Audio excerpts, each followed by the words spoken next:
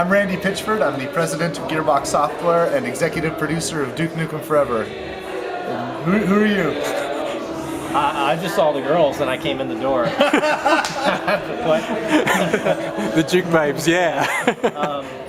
Coincidentally, though, I also work at Gearbox Software. I'm Steve Gibson, vice president at Gearbox. Okay, cool. And this is Capsule Computer's interview with the Gearbox guys. We're going to ask you a few questions about Duke Nukem, as you can see in the background right there. So we'll go ahead and ask you some questions and kick it off.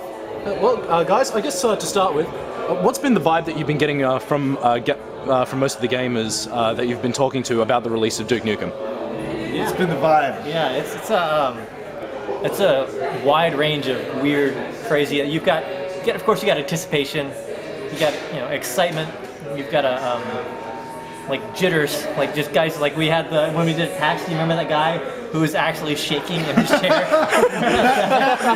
He was, yeah. Yes, we actually. Let's call that anxiousness. We call it that. We actually stopped everybody else and we said, "That guy, you go first." yeah, you can play first. You're freaking out. That guy was gonna have a heart attack or something. He was. He couldn't believe it. And then we even have like the press guys. Like, I don't know what they're gonna do with themselves when this happens. Like, what? There's nothing else to. Yeah. What are we gonna talk about after Duke Forever comes out? It's all kinds of things, but it is exciting, and honestly, for us at Gearbox to be part of this legacy, this legend in gaming, it's humbling. Well, I'm sure a lot of gamers are very excited about the fact that it's actually coming out, that it's actually here now. Regarding the game itself, are there any particular things that you guys are thrilled or excited about within the game itself? What do you think? What do you like about the game? What do I like about the game? Oh man, it is. I think that because this game, unlike a lot of games, where you can put your finger on like, oh, that's an action game, or that's a puzzle game. Like what is so rare and special about Duke Nukem Forever is this game touches on so many different things that gamers enjoy. You do have your skill test, your dexterity test of like, yes, I've got to shoot the alien before he gets to me. But there's cognitive tests. There's just straight like visual tests of like understanding a scene, figuring out what it is you need to do and how you want to interact with the world to do that. And of course, speaking of that, there's the interactivity of the actual environment. When you see things, you can actually do things with them.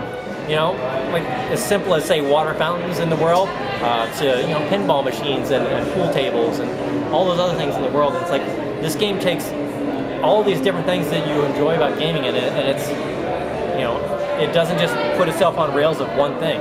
It's a wide experience of games.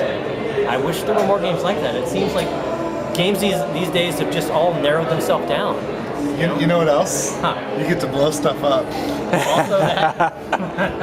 I love blowing stuff up. Awesome. So what's the story? What's the story like with Duke Nukem? What's he do when he first starts up, or what can the players expect to see when they first start up the game? I'll tell you what. The story's crazy because, I mean, obviously it's going to be a wild story, but it's intelligent too because it knows where it's at. It knows how long the game has been in development. Okay, let me set it up. So, start from the beginning.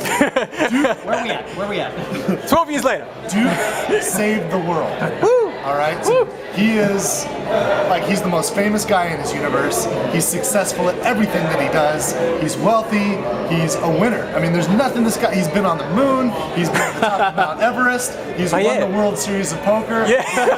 He's got one of those big old belts from the winning the champion boxing thing. The guy's done it all. He's won Oscars, from the movies. The guy is a winner in every respect, and he's living the dream.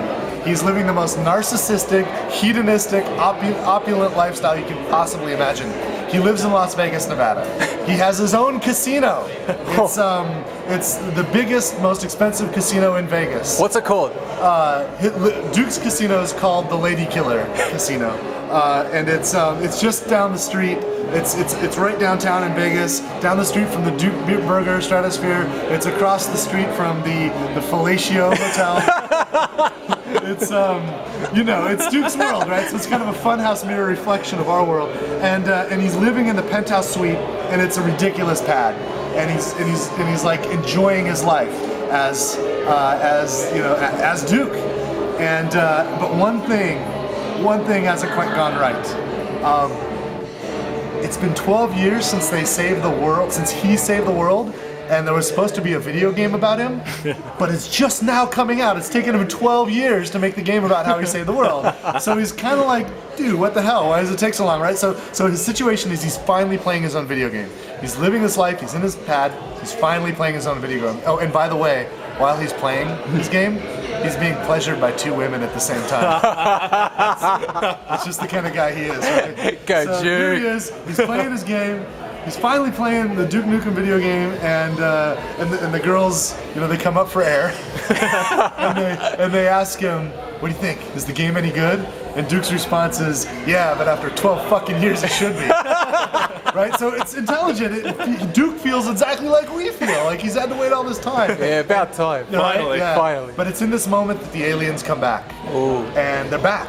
And Duke knows what that means. They even come back to Vegas because they know Duke's there, and they're after him first because he sees through their plot. But the aliens this time, they have a new plan, and they're going to trick mankind. They fool the president of the United States. They fool him into believing that I know, really hard, right? they fool him into believing that they're coming back in peace.